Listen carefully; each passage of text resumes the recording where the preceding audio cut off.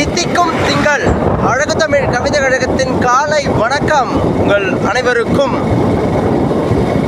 ஒரு பதிவின் மூலம் மன உலைக்குள் சரிவிகித நினைவலைகளை ஏற்படுத்திவிட வேண்டும் என்பதற்காக நிமிடம் 3 தேர்ந்தெடுத்து அழகு தமிழ் கவிதை கழகம் இயற்கை சார்ந்த பதிவுகளை பதிவு செய்து கொண்டிருக்கின்றது. யாவரும் மனதும் சிறிதேனும் இந்த பதிவின் மூலம் மாறுநிலை அடைந்து புது மாற்றத்தின் நிலை ஏறி வாழ்நிலையை வலுப்படுத்தி கொள்ள வேண்டும் என்பதற்காக என் உறவுகளே, 1000 நிகழ்வுகள் நிகழ்ந்து கொண்டிருக்கின்றது உங்கள் கண்களுக்கு முன்னால். அத்தனைக்கும் நாம் பொறுப்பேற்க முடியுமா என்றால் அது நடக்காத ஒன்றாக தான் இருக்கும். உணர வேண்டும் என் உறவுகள். நம் தலையீடுகள் வேண்டும் எந்த ஒரு நிகழ்வுக்கும் என்றால் நம் தலைக்கணம் சற்றே நிலைக்கணம் சரியான இலக்கணம் பெற்றிருத்தல் வேண்டும். வாழ்வதனில் நெறிமுறைகள் இப்படி அப்படி வாழ்வது அல்ல, இப்படிதான் வாழ்வது.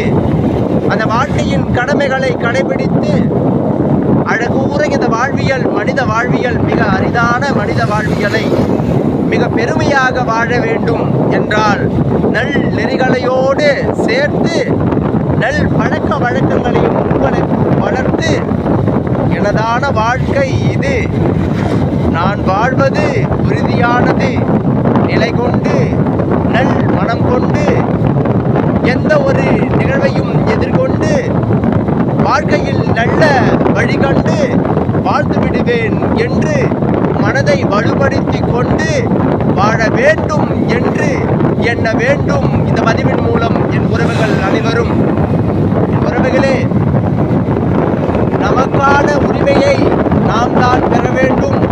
மாற்றம் எங்கிருந்து ஏறி தானாக நம் வாழ்வுகளுக்குள் இறங்கிவிடும். நாம் மாற வேண்டும் என்று நினைத்தால்தான் அந்த மாற்றம் நம்மை சற்றென்று கிட்ட எட்டி பார்க்கும். நமக்குள் அது சற்றே குடிபுக நினைக்கும். அதுவே நல் வழி நம்மை நெறிப்படுத்த மாறுதல் செய்துவிடும். என் உறவுகள் உணர வேண்டும். மாற்றம் வேண்டுமென்றால் நாம் தான் நம்மை மாற்றிக்கொள்ள வேண்டும்.